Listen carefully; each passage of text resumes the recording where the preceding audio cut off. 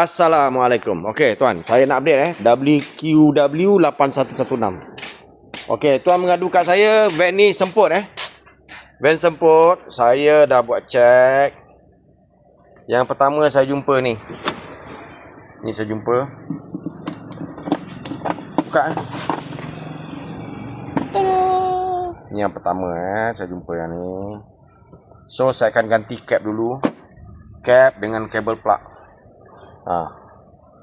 Yang kedua, karburator. Karburator ni dia punya seal ni dah repot. Jadi saya akan servis lah karburator ni. Tukar dia punya repair kit. Filter macam mana? Filter tu cuma dia tulis 20 hari bulan 3 tahun lepas. Tu nampak. Ni condition. Tu. Last tukar 20 hari bulan 3 2025. Tapi tak tahulah, tengok ni cantik lagi. Takut owner dah tukar. Jadi untuk sementara saya tukar cap distributor dulu dengan kabel plug. Kita start tengok macam mana hasil dia. Okey, terima tu. Okey, Assalamualaikum. Van ni datang kat sini, dia kata van ni semput. Okey. Jadi dia minta aku tolong periksa apa punca semput, tolong selesaikan. Jadi kadang-kadang banyak orang tanya aku dekat YouTube, dekat Facebook, "Bang, van saya menjadi macam ni lah bang, kenapa So, ni aku sharekan sedikit cara. Jadi, aku nak cakap dengan korang.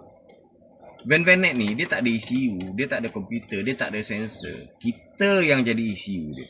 Jadi, caranya kalau aku yang buat, aku buat try and error. Contoh, tadi aku jumpa cap ni masalah.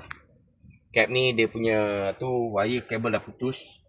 Kami dah ganti kabel baru. Distributor pula bila aku pasang tadi tak tune sama juga. Aku ganti distributor baru. Aku akan test. Ni sekarang Okey.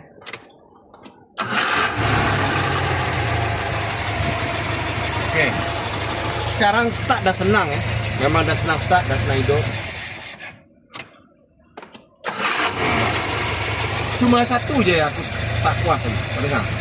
Kau dengar bunyi Bunyi dia tak kekurangan.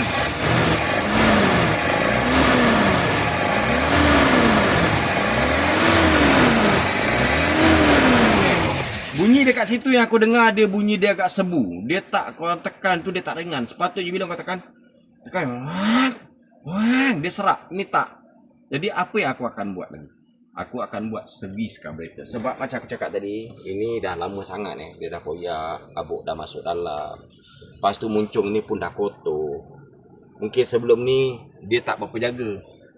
Ataupun sebelum ni pun dah jadi macam ni. Jadi bila datang kat sini, kita orang buat macam tu. Kita jumpa penapis udara memang agak baru, tapi kita tak tahu macam mana penjagaan dia sebelum ni. Jadi caranya nak selesaikan masalah semput ni, apa yang aku buat? Try and error. Aku buat satu persatu. Okey? Jumpa lagi.